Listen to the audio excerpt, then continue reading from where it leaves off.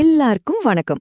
SAP, EWM மாதிரி technical டாபிக்ஸ ரொம்ப சிம்பிளா புரிஞ்சுக்க நம்ம சேனலுக்கு மறக்காம சப்ஸ்கிரைப் பண்ணுங்க. நீங்க பண்ற ஒவ்வொரு சப்ஸ்கிரிப்ஷனும் இந்த மாதிரி யூஸ்ஃபுல்லான கண்டென்ட் இன்னும் நிறைய உருவாக்க எங்களுக்கு ஒரு பெரிய சப்போர்ட்டா இருக்கும். சரி, வாங்க ஆரம்பிக்கலாம். நீங்க ஒரு SAP EWM இன்டர்வியூக்கு ரெடி ஆகிட்டு இருக்கீங்களா? அப்போ கண்டிப்பா கேட்கக்கூடிய ஒரு முக்கியமான கேள்விதான் வேர்ஹவுஸ் நம்பர்னா என்ன?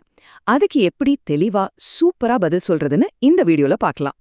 இது உங்க அடுத்த இன்டர்வியூல கேட்க போற முதல் கேள்வியா கூட இருக்கலாம். சோ வாங்க இந்த சவாலை எப்படி ஈஸியா ஹேண்டில் பண்றதுன்னு பார்க்கலாம். இப்போ இன்டர்வியூர் உங்க முன்னாடி உட்காந்துட்டு, சரி SAP EWMல வேர்ஹவுஸ் நம்பர்னா என்னன்னு கொஞ்சம் எக்ஸ்பிளைன் பண்ணுங்க அப்படின்னு கேட்கறதா இமேஜின் பண்ணிக்கோங்க. பார்க்கறதுக்கு இது ஒரு சிம்பிள் கொஸ்டின் மாதிரி தோணலாம், ஆனா உங்க கான்செப்ட் கிளாரிட்டியை டெஸ்ட் பண்றதுக்கான சரியான கேள்வி இது. இதுக்கு எப்படி பதில் சொல்லணும்னு பார்ப்போம். ஓகே, முதல்ல நம்ம பதிலுக்கு ஒரு ஸ்ட்ராங்கான ஃபவுண்டேஷன் போடலாம். அதாவது வேர்ஹவுஸ் நம்பர்னா என்னன்னு ஒரு தெளிவான டெஃபினிஷன்ல இருந்து ஆரம்பிக்கலாம்.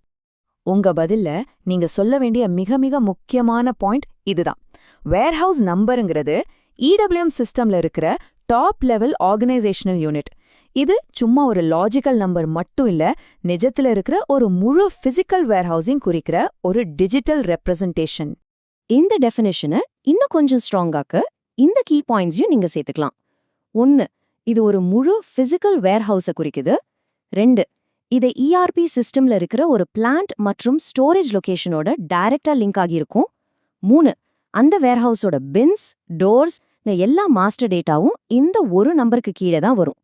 கடைசியா இதோட செட்டப் எம்பெடட் EWM-க்கும் டீசென்ட்ரலைஸ்ட் EWM-க்கும் கொஞ்சம் வித்தியாசப்படணும்னு சொன்னீங்கன்னா அது உங்க டெக்னிக்கல் நாலேஜை காட்டும். தியரி மட்டும் பேசினா போதுமா? இல்ல, ஒரு ரியல் வேர்ல்ட் எக்ஸாம்பிள் சொன்னாதான் நம்ம பதில் கம்ப்ளீட் ஆகும். வாங்க ஒரு பிசினஸ் சினாரியோவை பார்க்கலாம். ஒரு கம்பெனி எடுத்துக்கலாம். அவங்களுக்கு இந்தியா முழுக்க, அதாவது மும்பை, டெல்லி, அப்புறம் பூனேலன்னு 3 தனித்தனி வேர்ஹவுஸ் இருக்குன்னு வச்சுப்போம். இப்போ இந்த டேபிள பாருங்க, ரொம்ப சிம்பிளா புரியும். மும்பைல இருக்கிற பிசிக்கல் வேர்ஹவுஸ்க்கு SAP EWM சிஸ்டம்ல மும்பை WHன்னு ஒரு வேர்ஹவுஸ் நம்பர்.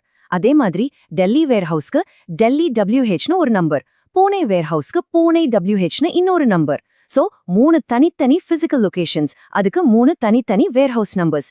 இதுதான் இந்த 1-to-1 ரிலேஷன்ஷிப். இவ்ளோ நேரம் நம்ம பேசினதுல இருந்து நீங்க ஒரே ஒரு விஷயத்த மட்டும் இன்டர்வியூல மறக்காம சொல்லணும்னா அது இதுதான். இந்த ஒரு பாயிண்ட்டை நீங்க சொன்னாலே போதும், இன்டர்வியூவர் இம்ப்ரெஸ் ஆயிடுவார். ஆமாங்க, அந்த கோல்டன் ரூல் இதுதான். ஒரு பிசிக்கல் வேர்ஹவுஸ் ஈக்குவல் டு ஒரு வேர்ஹவுஸ் நம்பர். இதுதான் நீங்க சொல்ல வேண்டிய பதிலின் சம்மரி. இது நீங்க தெளிவா சொல்லிட்டீங்கனாலே உங்களுக்கு கான்செப்ட் எவ்வளவு ஸ்ட்ராங்கா இருக்குன்னு அவங்களுக்கு புரிஞ்சிடும். சரி, போறதுக்கு முன்னாடி உங்களுக்காக ஒரு சின்ன கேள்வி. ஒருவேளை ஒரே காம்பவுண்டுக்குள்ள ஆனா தனித்தனி பில்டிங்ஸா ஒரு வேர்ஹவுஸ் இருந்தா அதுக்கு ஒரே ஒரு வேர்ஹவுஸ் நம்பர் கொடுப்பீங்களா இல்ல பல நம்பர்ஸ் கொடுப்பீங்களா? இத பத்தி யோசிச்சு பாருங்க. உங்க லேர்னிங்கை கண்டினியூ பண்ணுங்க. அடுத்த வீடியோல பார்க்கலாம்.